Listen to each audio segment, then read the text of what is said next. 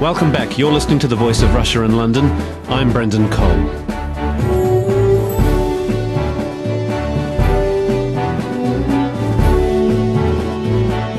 The sexual grooming of children in the UK is a much bigger problem than has previously been recognised, the government has just said. The Children's Minister, Tim Loughton, has just announced that an action plan will be launched to tackle child sexual exploitation. It comes just days after a group of men were arrested in a second sex grooming case uncovered by the police who smashed the notorious Rochdale child sex ring. That particular case, 9 Asian men from Rochdale and Oldham were jailed over the sexual exploitation of girls. The fact that they were a network of Asian origin exploiting non-Asian girls has sparked much controversy. The judge presiding over the case, Gerald Clifton, suggested that they had targeted their victims because they were not of their own community or religion. But police and political leaders have denied that the crimes were about race, saying that the men had simply targeted victims because they were vulnerable. Well, to discuss this issue, I'm joined by Fiyaz Mughal. He's the founder and director of the Faith Matters group. It's also set up a new helpline to monitor anti-Muslim attacks. On the phone, we have Wendy Shepherd. She's the Children's Services Manager for Child Sexual Exploitation for the country's biggest charity for children, Barnardo's. And we have Tommy Robinson. He's the leader of the English Defence League, which is a group which is campaigning against what they see, the rise of Islamification.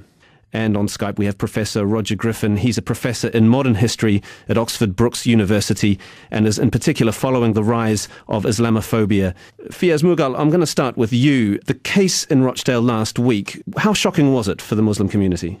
I mean, it's shocking for any community, and I think in this instance it is shocking because these individuals were in the community and seemed to be part and parcel of the community, doing everyday jobs. And so clearly for some it's come as a shock, and it should be, because these things should not happen at all. It doesn't matter which community you are. But I think there's some introspection in the sense that when this happens in any community, people need to look into how they can try to pick some of the issues and behaviours that are taking place with individuals they know.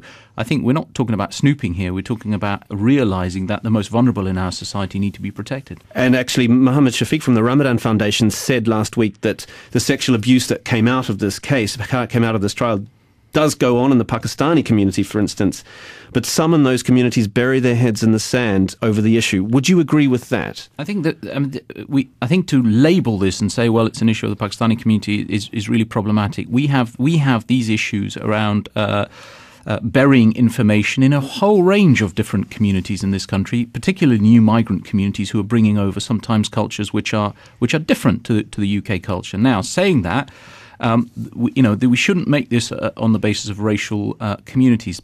But, and the but is, when there are vulnerable individuals affected, particularly young females and males, the community, any community which finds itself in that position, needs to start to ask, how do we put into effect measures where this does not happen, and particularly from that specific community? Wendy Shepherd from Barnardo's, you're at the front line in dealing with sexually abused children. Do you think, in the wake of this Rochdale case, that there is an ethnic dimension to abuse cases in your own experience? I think until we take a real proper look across the country, we cannot assume that this is just happening with British Asian communities. We've had 2 examples where that has happened, and we of course have got to take a look and deal with what those issues are. However, to put this on particularly the Asian Pakistanis is wrong. I've been in this work for the last 12 years, and I've seen every type of ethnic abuser that's been involved in the exploitation of children. And I think it's right society actually buries its head about sexual abuse and sexual exploitation, and that's what we need to be addressing. We have attitudes that young men and boys have, and adult males, about women and children that still need to be really raised, awareness being raised about. And until we do that succinctly and efficiently, we will continue to have young people exploited and abused in this way. Tommy Robinson from the English Defence League. The case last week was abhorrent for everybody, but there's no racial element to this, is there? Of course there is. There's not racial, there's a religious one. This case in Rochdale, there's another case coming up at the end of this month or the start of June with another 7 Muslim men and another 50 young girls aged 11 to 14 identified in Oxford. We've had 60 girls in Telford. We've had 100 girls identified by the police in Blackpool. These are all Pakistani Muslim men. If you ask a Muslim in Britain what is their objective in modern Britain, is to emulate their Prophet Muhammad.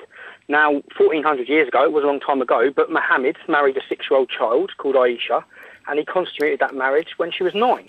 Okay, now that was 1400 years ago. I don't blame Muhammad. 1400 years ago, up until 1875, you could have sex with 11-year-old kids in Britain. Yeah, we've evolved, we've moved on. When imams start accepting and teaching that Muhammad was completely and categorically wrong for doing that, we might be getting somewhere. When you draw a link and a parallel, I think it's Surah 23, verse 1 to 6. It says quite clearly in the Quran that you can take non-Muslim women as sexual slaves. You can. So what we see is people, and one of the Pakistani men in court said it come up that he said it's okay in my country. Okay, back to Fiyaz Mughal. This is obviously an issue that is being used by some extremist groups to foster resentment against Muslims. I mean, what can your group do, and what's your reaction to that? I mean, the reaction's pretty simple. I mean, Tommy seems to forget the fact that in 2009 there was a paedophile ring in Scotland. 8 white individuals. Does he say they're Christian individuals? The answer is no. Tommy's been on record number of occasions attacking specifically Islam and Muslims. When he talks about paedophilia in Pakistan, he's just mentioned that. There's no such thing. Let me tell you, Tommy, we work in Pakistan. There are many, many imams in this country who actually stand up against injustice. You simply are trying to promote an anti-Muslim rhetoric because your group has distinctly come out as an anti-Muslim group. You also go on to mention the fact of the Prophet Muhammad. I mean, to be lectured by somebody on Islam who actually has a deep hatred of Islam is quite pathetic, actually. The reality is Muslims in this country live very simple, decent lives, want to get on in this country. We have no desire, and I'm speaking as a Muslim myself, we have no desire to cause any damage to this country because it's our country, Tommy, and I think you seem to forget that. The reality is where we find any incidents of child grooming, that needs to be busted up, whether they are white individuals in Scotland, whether they are Asians, whether they are blacks, Chinese. Where we find that, we need to bust it. Where I have a personal issue with what Tommy goes on about, he's trying to create effectively a religious and race war in this country. We don't need it. We don't want it. Tommy, frankly, I think you need to belt up. Professor Roger Griffin, will go to you from Oxford Brookes University. You're an expert in extremism across Europe, but also the rise of Islamophobia across Europe. Do some groups that have been described as extremist use cases like this to increase recruitment? We've had a wonderful example just now. Well, obviously, any group that victimizes any other ethnic or religious group will pick on any headline-grabbing event which seems to confirm the stereotype. And if you look at, for example, Hitler's Germany and stereotyping of Jews, or there are thousands of different examples, it is quite natural that if you have a narrative which says that there is a community in your midst which is not able to be integrated because they are different, then any such piece of news will be exploited. And incidentally, there's not just in Britain that groups are trying to find any examples of intolerance or crime or abuse of minors or practices within faith communities to vilify the group. It is obviously totally abhorrent to the vast majority of Muslims what has happened, and the idea that somehow this group was using the Quran as justification for what it was doing, I'm afraid, is a very skewed argument. Can I just point out also within this context that every single institution has weaknesses and fallibilities, and if you look at the recent events unfolding in Ireland about the Catholic Church, you have yet another example of child abuse which is not an indictment of Christianity, it's an indictment of an institution which has fostered certain practices and not dealt with them properly. And if I can infer from that something which I suppose we should be debating in this program, it is both for civil society as a whole and for the group in particular, the Muslim society and Pakistani communities, to tread on this viper as quickly as it can, but to use it as an example of Islam being somehow pedophilic in its nature, I'm afraid is typical of the way extremist groups will exploit this sort of incident. Wendy Shepherd from Barnardo's, do you think the argument about race and religion somehow detracts from the wider fight against child abuse? I certainly do. I think whilst we continue to focus on who the perpetrators are and their ethnicity, we fail consistently about those children that are being sexually exploited. And the minute we start blaming one group, we'll stop looking at all groups. The fact is, every race has a potential to abuse children, and it's been borne out with court cases, with imprisonments over centuries. And the point is here, we have vulnerable children that get preyed upon by predatory adults who really don't give a care about what they're doing to those children, and it's nothing about race and all about sexual abuse. Tommy Robinson from the EDL, you're clearly exploiting this issue, aren't you, for your own ends and for your own gains? It's ridiculous to say that. Excuse me, in working class communities, whose daughters, whose sisters, I meet the families of some of these children. I meet the families of these children, because that's who's being affected, not the people, the politicians living in the suburbs. It's our kids. 80% of grooming cases are Pakistani Muslim men. 3% of this country is Pakistani Muslim men. That is massively and ridiculously overpopulated in the case, and there has to be a reason why. What is the reason why? Anyway, Can I just draw your attention to a renowned case that I guess in the studio referred to, the case in 2009, a group of men in Scotland who were convicted of child sexual offences. They were all white, and the whole community wasn't stigmatised because of that. Grooming in gangs, passing them round in gangs, specifically targeting a different culture and religion. What would happen, tell us the truth, what would happen if 9 Christian men, right, in all these towns and cities were passing around Muslim girls and raping them? Everyone would be going living absolutely wild. There's been a conspiracy of silence, a complete letdown of these girls, a complete letdown by the system, and a failure due to political correctness by our police forces, by our politicians. Yeah. I guess the wider issue here is that there are sections of the British community that feel that these girls were let down by social services, by the police. The police had evidence that they should have investigated these cases. They chose not to, for what some say is a fear of being accused of racism. This is a big problem, isn't it? I mean, I think this is there is a problem here in that this case, you're right. You're right to say wasn't picked up, and actually the CPS was not going to prosecute until, and let me just state this for Tommy, until a prosecutor of Pakistani Muslim origin, Nazir Afzal, the prosecutor in the West Midlands, picked up the case and prosecuted the case. So, Tommy's here sitting talking about Muslim individuals. The very prosecutor who took up the case was a Pakistani British male. Now, saying that, yes, we have in our society the fact that on Saturday night, if you walk out on Saturday night, you will see many young girls who will drink a lot and unfortunately be in a vulnerable position. I think in our society we need to reflect on the fact that there are vulnerabilities, particularly for the young females, and that all of us within communities need to be able to reach out and provide some kind of assistance and guidance to these individuals. What I have a real problem with, and I think many of the speakers have a problem with, is when Tommy Robinson comes on here and thinks, first of all, he's a theologian on Islam, which is distinctly poisonous, and then says that actually as Muslims we wake up and we want to conduct paedophilia. Well, let me tell you, Tommy, the fact of the matter is that for many of us working in social services who want to reach out and help the vulnerable in society, you are not just offensive, you are grossly wrong. So you are misquoting facts, taking facts out of context. But all of us should reach out to those people, particularly young females in our society, and give them the opportunity to be protected. Wendy Shepherd from Barnardo's, do you make demands on what local councils should do and what the police should do? Absolutely. Where we run our services, we are influencing the police and social care every day about what needs to happen to those children that are sexually exploited. And first and foremost, you need to identify what the problem is, who those vulnerable young people are, and who those potential perpetratory men are, and then put the protection around those young people. Not every young person that's been sexually exploited is somebody that goes out and drinks on a Saturday night either. These can be simply young people who are around a park, sat doing childhood young people things that do get approached by males, again, of every different ethnicity. So it's important that we recognise what can happen, and that every local authority, every police force, every social care, every community member takes their responsibility about protecting children.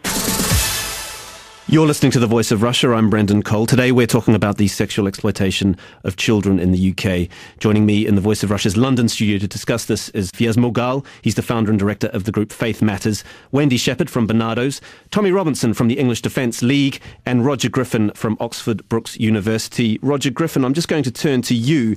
Give me a flavour of what similar sort of cases have happened like this across Europe, and what kind of impact have they had on their societies?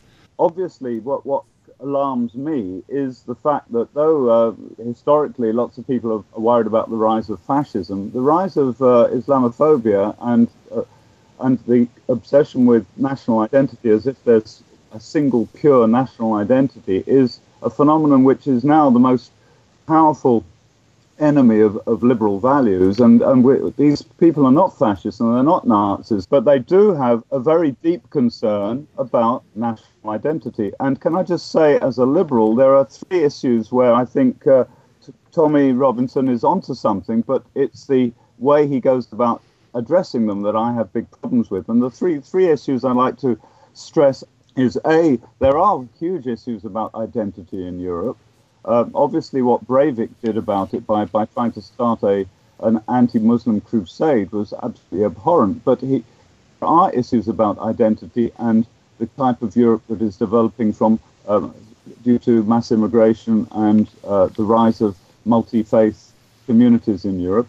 And in the case in Rochdale, can I point out that The Guardian itself published an article in which it quoted statistics from the the CEOP, the Child Exploitation Online Protection Centre, which said that of the 2,000 cases of grooming that they are investigating, 46% of those did involve Pakistani Asians or Muslims. I think Asian is a very strange term, but only 7% of Pakistani Asians are in the country. So there is a massive overrepresentation of Pakistani males involved in gang grooming. Now, the inference from that for me is not that there's a massive problem in Islam or in being a Muslim, but there is something about Pakistani culture and society in respect of how a very small percentage of its males feel legitimate in grooming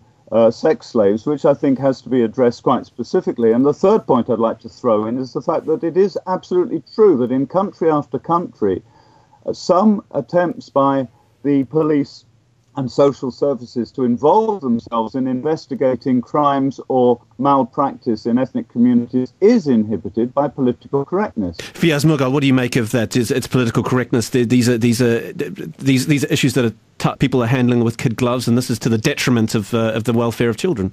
I mean, I think political correctness really is not the big factor here. I mean, the big factor here, specifically if we're looking at issues of grooming that have taken place, are about getting communities to understand that the responsibility for other people also rests with them. Communities need to realize it's not them and us mentality. This is not about the Pakistani community protecting itself. It should never be. And those kind of messages also need to go into the Pakistani community.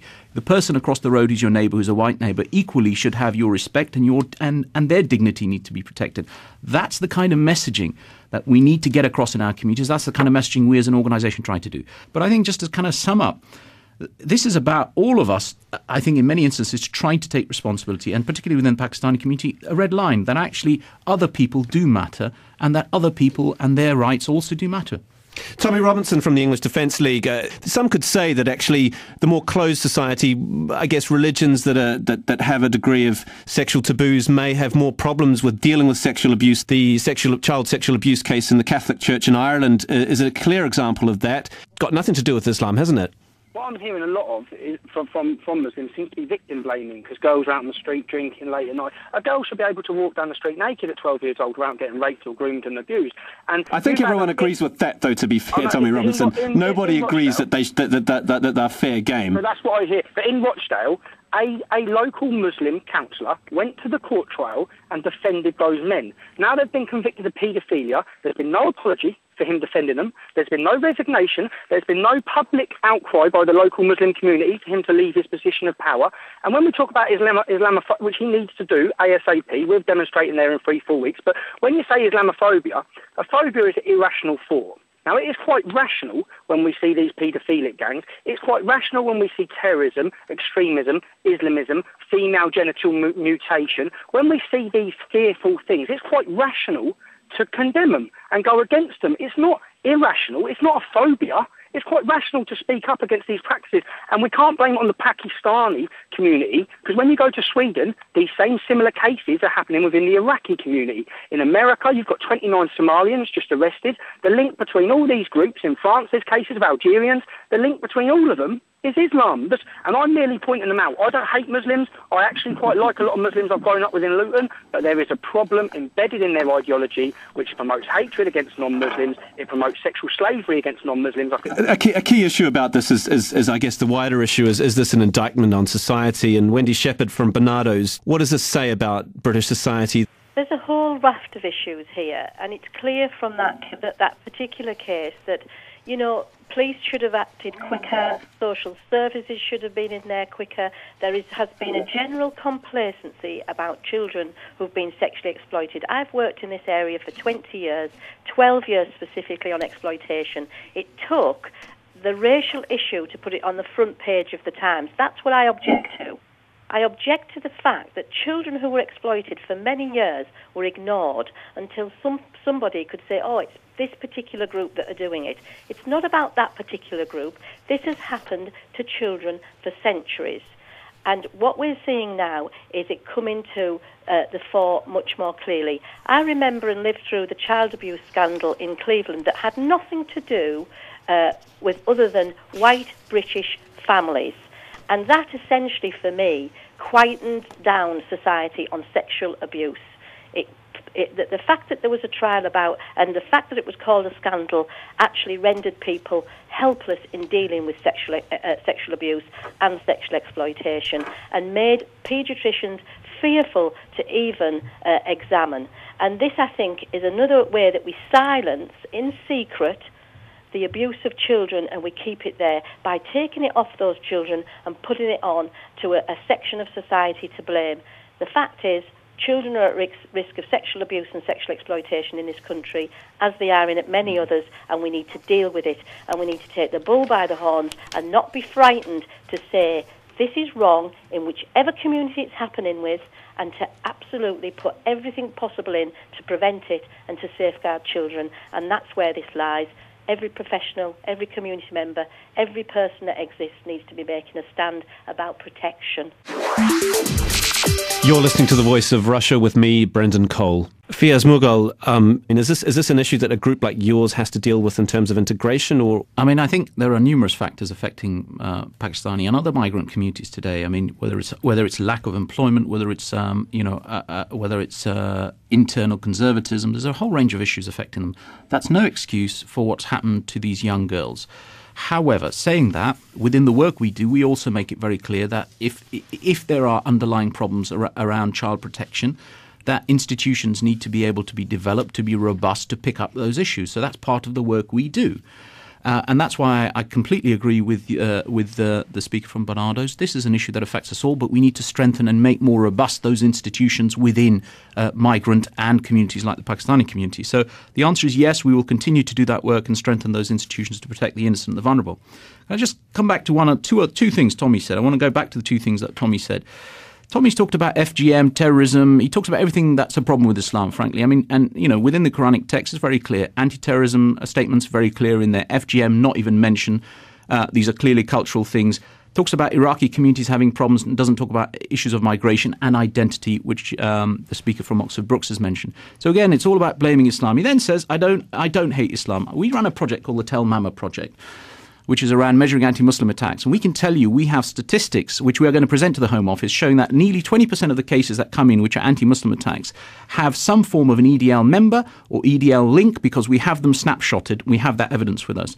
So when he comes on here and says, the EDL, I don't hate Islam, there is statistical evidence which shows that his members are conducting those attacks. An EDL demonstration, 3rd of September 2010. Every single Muslim watching this on YouTube, on 7/7, you got away with killing and maiming British citizens, you got away with it. You had better understand that we've built a network from one end of this country to the other, and we will not tolerate it, and the Islamic community will feel the full force of the EDL.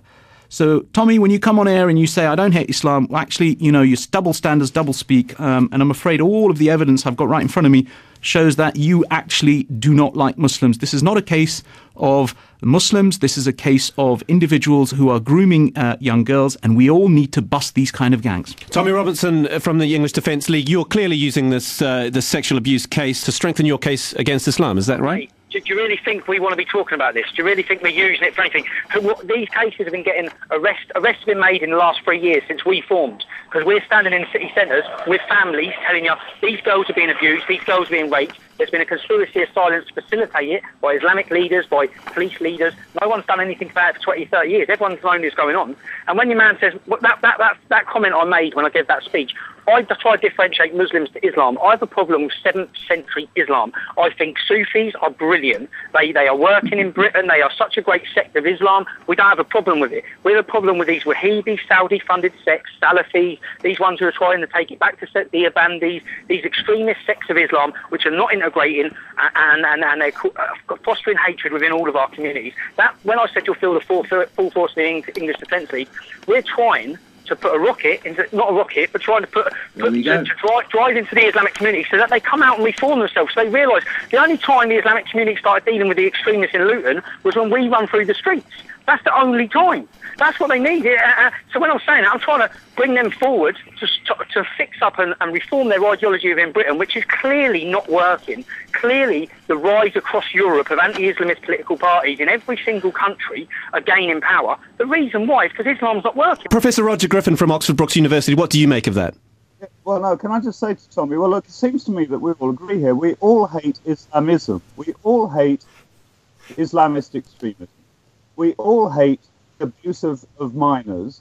Why don't we all work together to defend a real England, the real England that exists, from all the abuses that are committed by all communities and all types of groups, whatever their ethnicity or gender, so that we all work together to pour all the passion you've got for England into making England a better place for everybody. The language you used on that YouTube, which has just been quoted, is extremely misleading, because it could very easily be heard as a general statement of hatred of Islam. And you've just made it quite specific that it wasn't meant like that. But I think we all need to stop using street protests as a way of moving things forward and actually work together to make England a beautiful, wonderful place where citizens and children and the vulnerable can live in safety. Fiyaz Mughal, what do you think? What is the legacy of this particular Rochdale case, and how do you think it's changed the way we look at race relations and with regard to sexual abuse? Well, legacy is basically we need a strengthening of institutions. It doesn't matter whether they're civil society institutions or statutory institutions, to protect the vulnerable in our communities, particularly in this instance vulnerable girls. We need to strengthen those institutions. We also need to say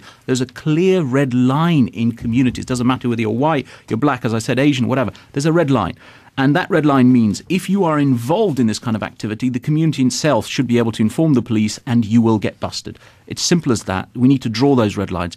And just finally, Wendy Shepherd from Barnardo's, what do you think the legacy of this case, this Rochdale case in particular, will be for what you're doing in trying to combat child sex exploitation? I think for me it's at least raised the bar in terms of that this exists. Children are being exploited, and we need to work, as has been said, with our communities in making sure that this is combated and work together to have a sexual exploitation, sexual abuse-free society. And the way we'll do that is by working with each other, not against each other. I'd like to end now by thanking all my guests for joining me, Brendan Cole on The Voice of Russia in London. You can stay tuned for the headlines.